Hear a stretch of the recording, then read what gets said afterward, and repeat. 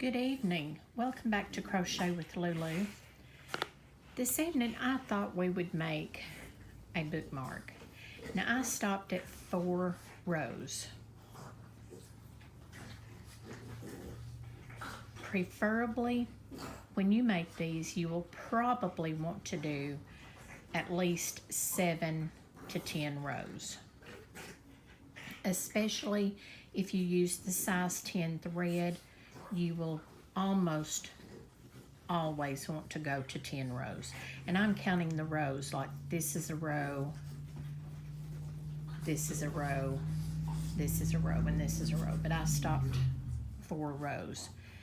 And I made the little tassel to go on the bottom. So let's get started. I don't know what size thread this is. This is a scrap ball of yarn. So your project, you can use any size yarn you want as long as the needle is comparable to the yarn. This is my 4.5 millimeter hook. So we start with our slip knot. We're going to try to weave in as much as of the tail as we can, and we don't need a very large tail because this is going to be in a book most of the time. Okay, we are going to start with a chain of 5.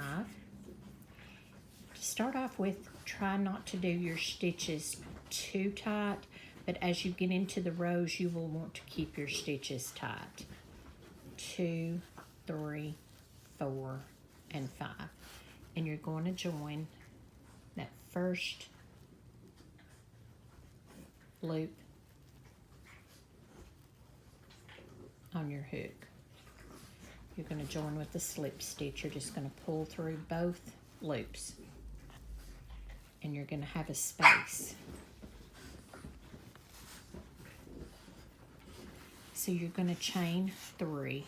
1, 2, 3. And you're going to do 4. That counts as your first double crochet. You're going to do 4 more double crochet in that space. 2, 3,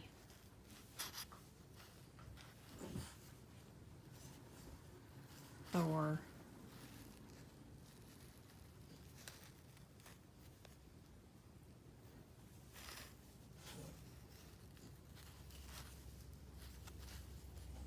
5.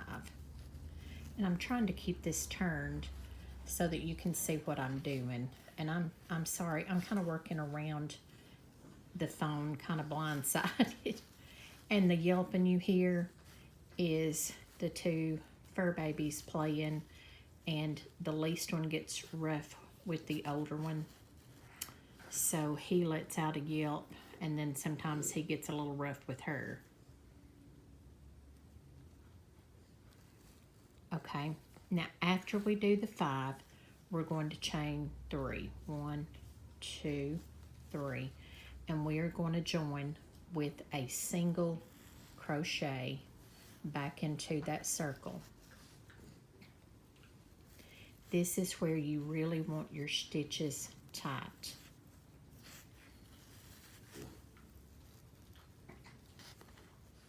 You're going to chain 3.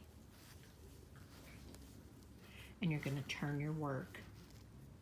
When you turn your work, you're going to come back in this right here, and you're going to put 4 more double crochet. And I'm going to work some of that tail in there if we can, just so it's in there good. So that first chain 3 counted as our first double crochet in this row. This is still row number 1, we're going to say. And again, I apologize for splitting the thread and making a hobnob mess. So we have 2 double crochets. We need 3 more. 3,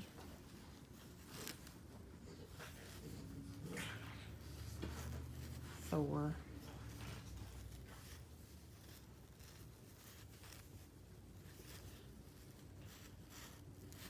5,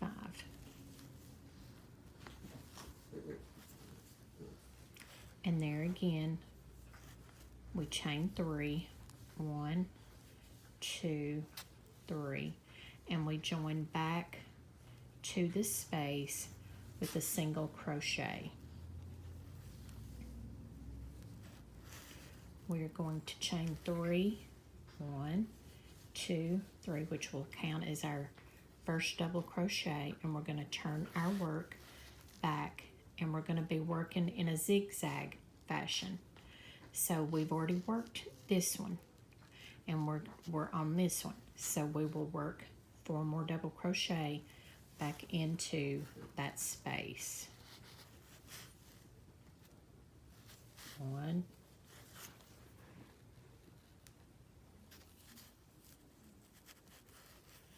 2,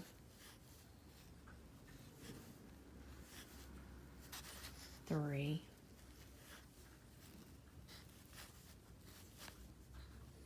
4,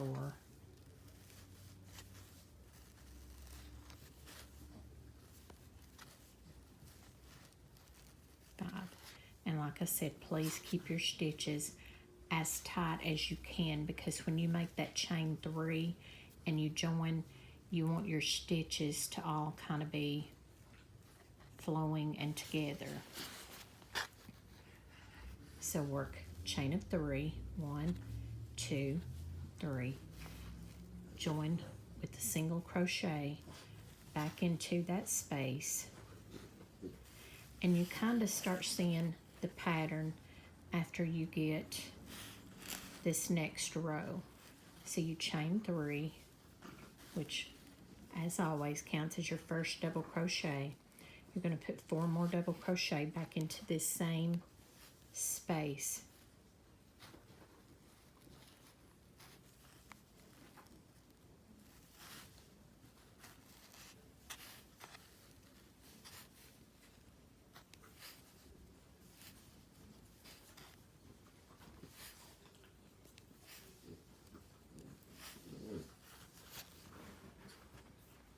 I have my ball of yarn, and I have fear of it going across the floor.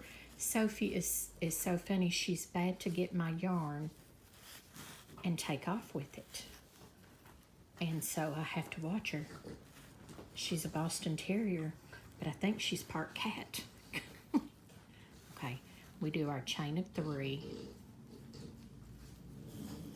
And then we join this one back to this space with a single crochet.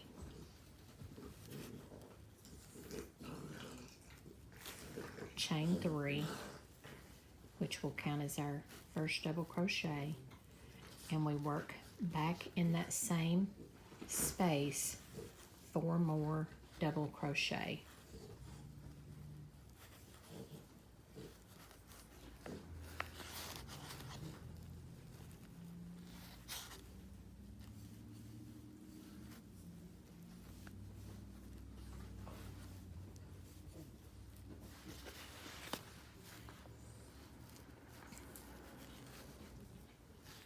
And again, you really want to keep your stitches as tight as you can stand it, because you don't want loose stitches when you tie them back into this space. You want everything to kind of flow. Now you can already begin to see, I'm going to snip that little tail right there. You don't want to pull it too tight because it will work out of your other stitches. You sort of see a pattern here. Now this is your line that goes up the middle, and as tall as you go, then that will carry on. So we do 3, and we turn our work, and we're going to be working 4 more double crochet back into this same space. Sometimes I just have to start all over with holding it, because I will let my stitches get too big.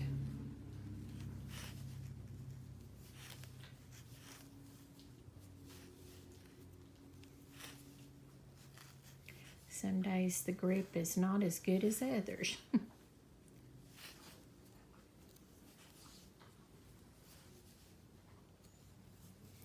You really start to see it taking form the further up you go. I will probably stop. Let's see, we've got 1, 2, 3. I'll probably do two more rows. And go right back in here with a single crochet. 1, 2, 3, and then turn your work. You're just kind of zigzagging your stitches, and you're zigzagging your work. You're just turning it back and forth.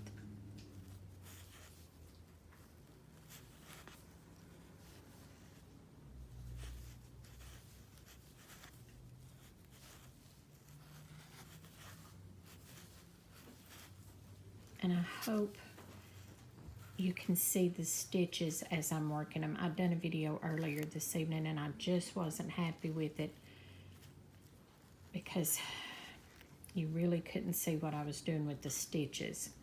So I'm trying to lay it flatter. And my fingers sort of get in the way. So I hope you have the capability on your phone to slow it down or on your computer and watch it again so you can kind of see what's taking place. Okay, we need 4 more double crochet in that space.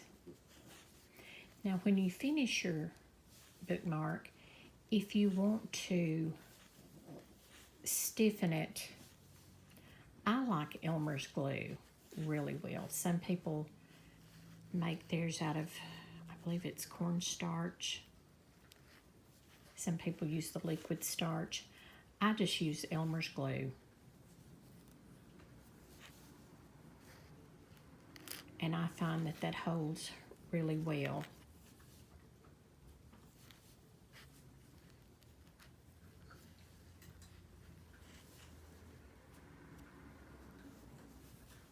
Now I could theoretically do a slip stitch there, but I like the extra knot with the single crochet.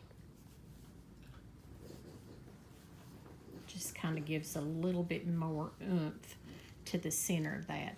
So we've got 1, 2, 3, 4. This will be the last one that I do with this one. Like I said, if you use the smaller yarn, you will probably want to do at least 10 rows.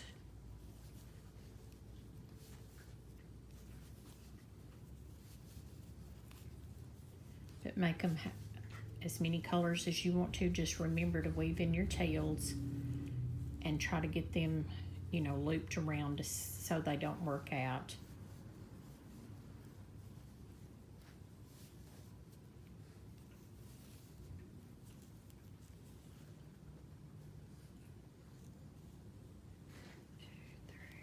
Yeah, I need 1 more. 1, 2, 3. I'm going to turn my work, and this will be the last little cluster that I do.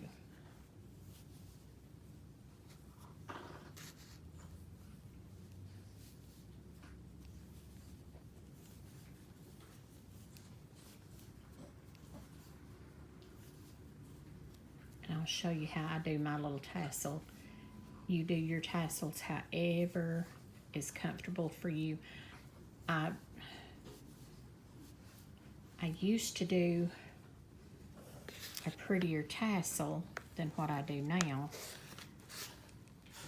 But after you've been doing this for a long time, you just kind of get out of the habit sometimes of doing things. Now what I'm going to do, I finished right here with my single crochet. So what I'm going to do to kind of tie these in is I'm going to slip stitch back through these stitches. I wouldn't have to. I could tie off and weave in the end, but this works really good, and it just kind of defines some of your extra stitches there.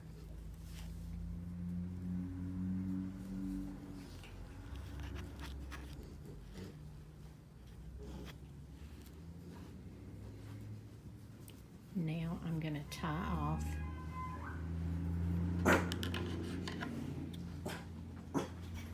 Biggs is not crazy about the siren he just heard. He said that's just a little weird sounding to him. Now, I have the tail. I'm going to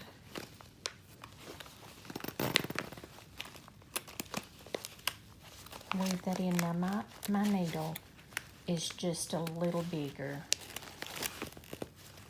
than, I need to get a better darning needle. I have some smaller ones, but they're just in a pinch. It's harder for me to thread them as quickly. So I'm just going to grab one of these out of here. Now what I can do, since I didn't leave a long enough tail,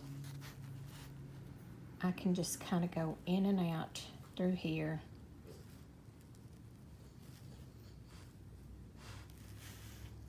Let me show you again. I had it out of, and I do apologize. Like I said, I'm kind of working blindsided. I'm going to take my needle, and now I don't have it thread yet. I'm just going to kind of go in and out, in and out, in and out. Then I'm going to stick my thread in because I just didn't leave a large enough tail to work with. So by doing it this way, I just hold on to that, pull it through, pull it through, pull it through.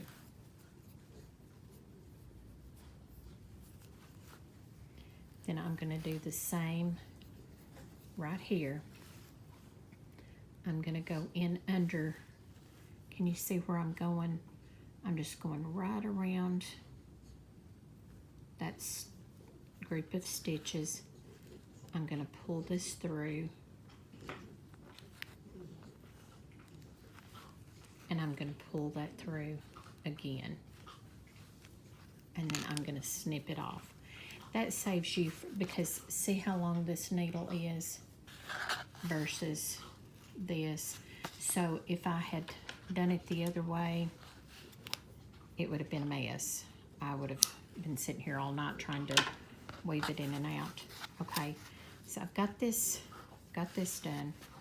This is your bookmark. Now what I do, and you can tell me if this is hard or easy, I just take it and I loop it about 5 times.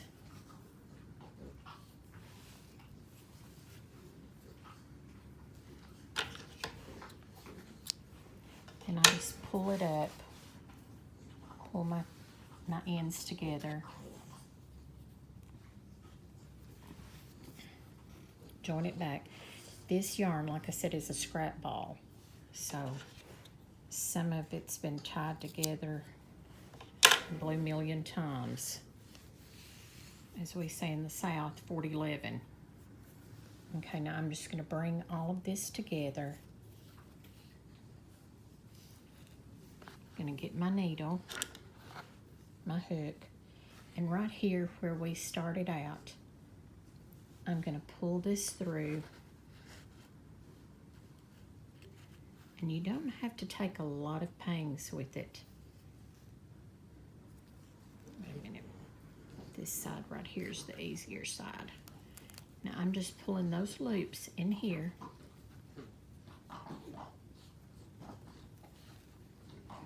And then I'm just going to pull it all through here like this. I'm just making fringe. There's no easier way I have found. If you find an easier way, please let me know. And then I just take my scissors, and because I did make a mess out of that knot, then I just cut right down here. And there we go. You have a bookmark. So I hope you've enjoyed this tutorial. I hope you could see it. See, this one I made shorter than this one. And the tassels are not hard at all to make. Just get, you know, several strands. Just get a long piece of your yarn, fold it over 2 or 3, 4 times, and then just pull it through and then just clip off the ends. That's all you have to do. You don't have to spend a lot of time with it because it's a bookmark. It's for you to enjoy. Now you could theoretically do each cluster in a different color. You just have a lot of tails to tie in, to weave in, but that's no problem. You could come up here and you could add beads. You could put a bead here, you know, just wherever. You could string a ribbon down through here. You could string beads in and out, just whatever you want to do. You could even attach a bead right up here. You could come down here, and when you're doing your tassel, you could weave in some beads in your tassels. So it's your bookmark. Just make it and enjoy it. Make it your colors.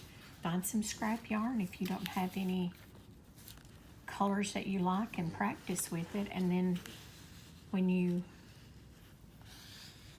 are comfortable making them, make them as gifts. I hope you've enjoyed this, and I hope you've learned how to do the bookmark.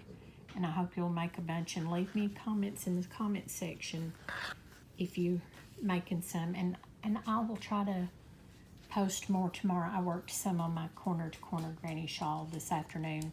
I didn't get as much done as I would like, so I will try tomorrow to get some more done on that to show you. And I hope you enjoyed the tutorial. I hope you have a wonderful evening.